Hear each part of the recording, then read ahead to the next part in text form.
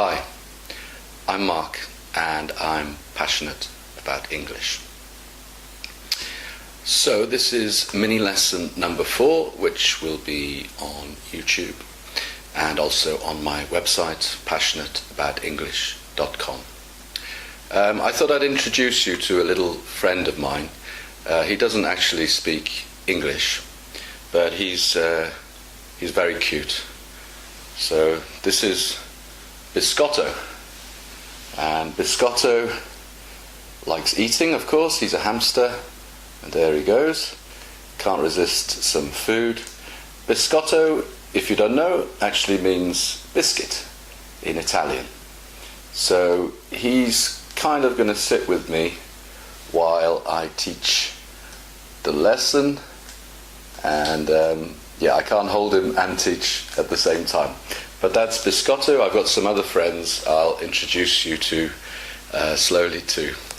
Okay, so he's going to stay there on my leg and munch away.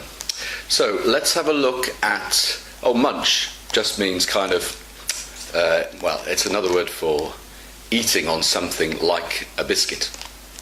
Not eating on, eating something like a biscuit. Okay, so your first idiom for today is, close my eyes. It's difficult to just pull one out, that's the problem here. That's why I need a nice new bag, or a bowl maybe. Okay, so I've actually got 2 idioms here for you today, because they both mean the same thing. I hit the roof, or I saw red. Or of course you could say he hit the roof, she hit the roof, or my mother saw red, or so on. It doesn't have to be, of course, I all the time. Alright, so let's say, let's say I go and visit my mother, and somehow I knock over her favourite vase, and it smashes on the floor, and she gets really angry. So she hit the roof. The roof is the top of a building on the outside. On the inside it's ceiling, but on the outside it's the roof. So that's what it means. She hit the roof, she got very angry. Or just the same, she saw red. Red, the colour red. Again, it just means she got very angry. Okay, so that's pretty easy, but very common idioms again. Okay, so that's that. Today's phrasal verb is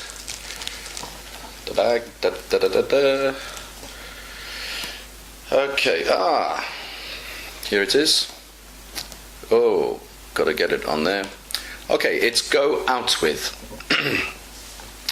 Now, a simple meaning could be I went out with my friend yesterday to the shops or to the park or something. That's easy.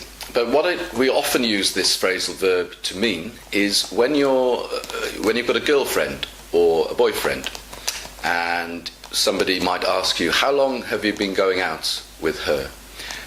It means how long have you been together as boyfriend and girlfriend. Of course, can also be boyfriend and boyfriend, or girlfriend and girlfriend.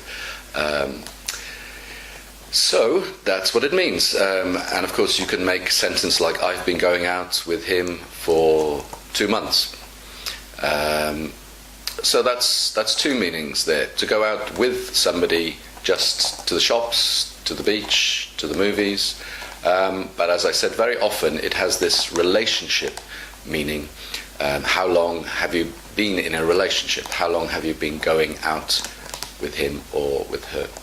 Of course, if you are married, it's not the same. That would be how long have you been married, or I've been married for 5 years or something. But before you get married, then we would say going out with someone. Okay, I hope that's clear. So now for your collocation.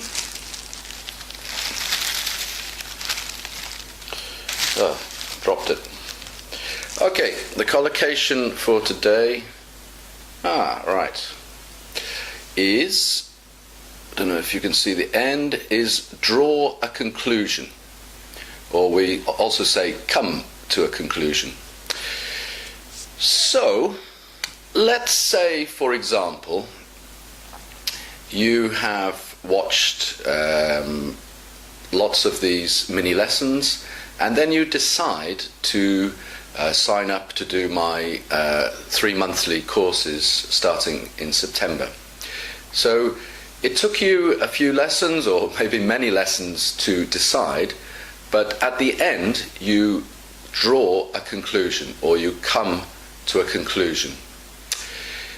In a way, that's not a brilliant example, but it's another example, let me think, which would be better, would be somebody makes, let's say you've got a job and you make lots of mistakes in the job.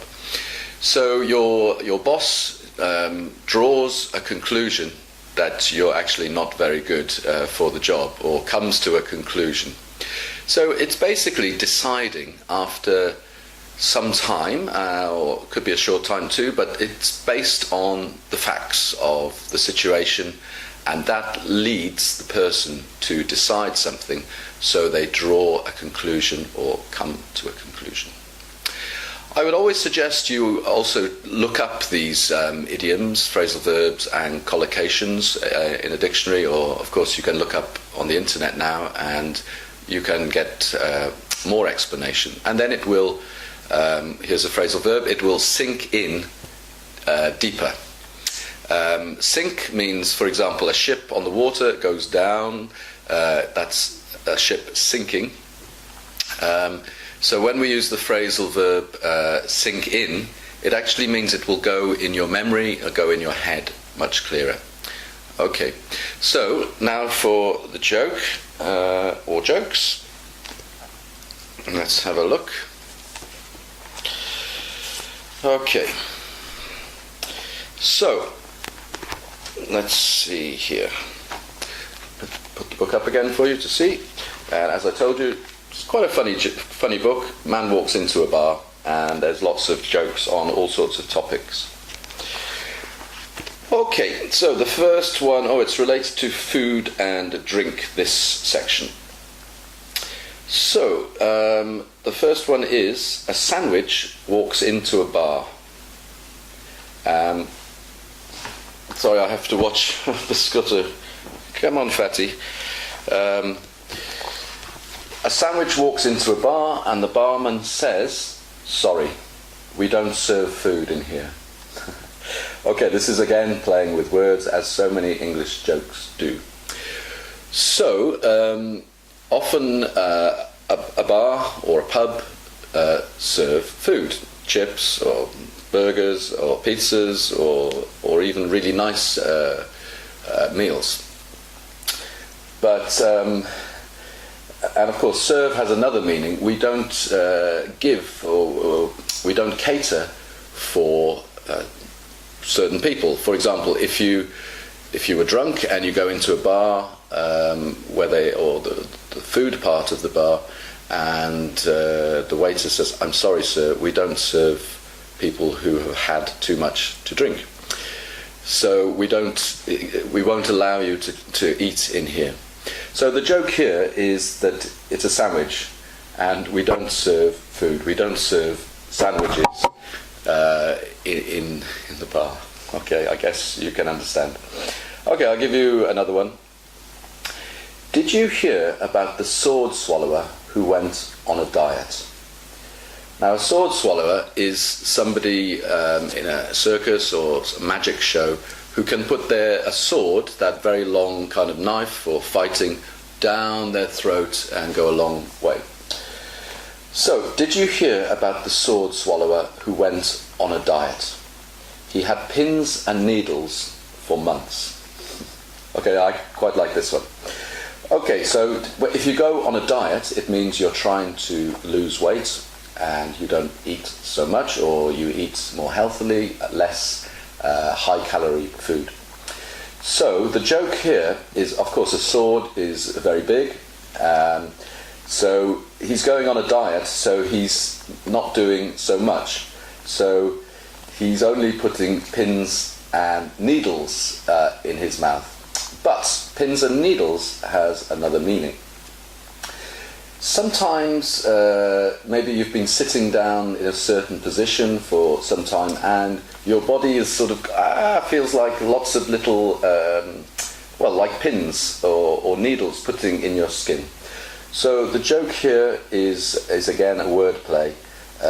It's saying that he had, because he was on a diet, he used smaller things than a sword. And obviously pins and needles are in some way similar to a sword, but much smaller. But the joke is that it's pins and needles. So by being on a diet, he had pins and needles, ding, ding, ding, ding, in his body for a long time, for months. Okay, let's see one more, shall we? Okay. Here's another short one. I love cooking with wine. Sometimes I even put it in the food. Okay. All right. So, of course, sometimes when you cook a meal, of course, French people, Italian people often add wine when they're cooking, or risotto in Spain. You often add some wine at the beginning to the rice. But the joke here is he's saying, I love cooking with wine. Sometimes I even put it in the food. So when you first hear the first sentence, you think, he likes putting wine while he's cooking the food, the risotto or whatever. But the joke is, sometimes I even put it in the food. So what it means is actually he's drinking a lot while he's cooking the food. He's not putting it in the food. He's drinking it while he's cooking. Okay, and I love cooking means probably he drinks quite a lot. So that's quite funny. Okay, that's 3 jokes again. So Biscotto is struggling away, so I guess we should say goodbye to you. So this was the 4th mini lesson. Again, as I always say, please check out passionateaboutenglish.com and find out more about my courses beginning in September. Each course is 3 months and a very long weekly lesson which you can download onto your computer, laptop, iPod, iPhone or smartphone. So we are going to say goodbye to you now. He's still here. Say goodbye, Biscotto. I also call him Fatty because he eats a lot, although actually you may know hamsters don't eat all of it. They put it in their cheeks. You can see his cheek here, and then they put it somewhere in their cage. So he's going to be going back in his cage. Okay, thank you very much for watching, and see you in the 5th mini lesson. Okay, this is the bass riff for today's mini lesson, a bit longer than the previous ones. It's also from an old song, but it's very recognizable and very catchy. And again, if you're very young, maybe you need to ask somebody older, but it's a very strong bass riff, and I have to concentrate a little bit more on this. It's a bit longer and a little bit more difficult, but okay, here we go.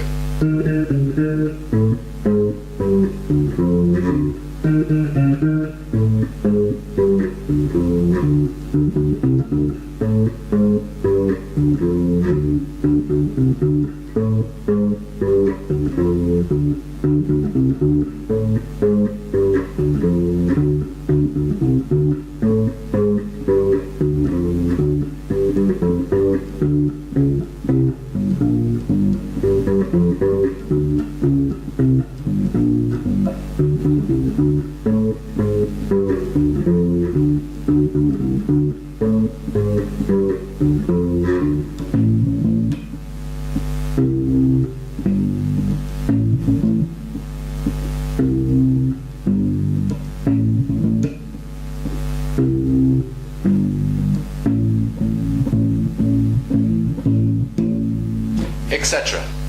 Okay, so that's the bass riff for today.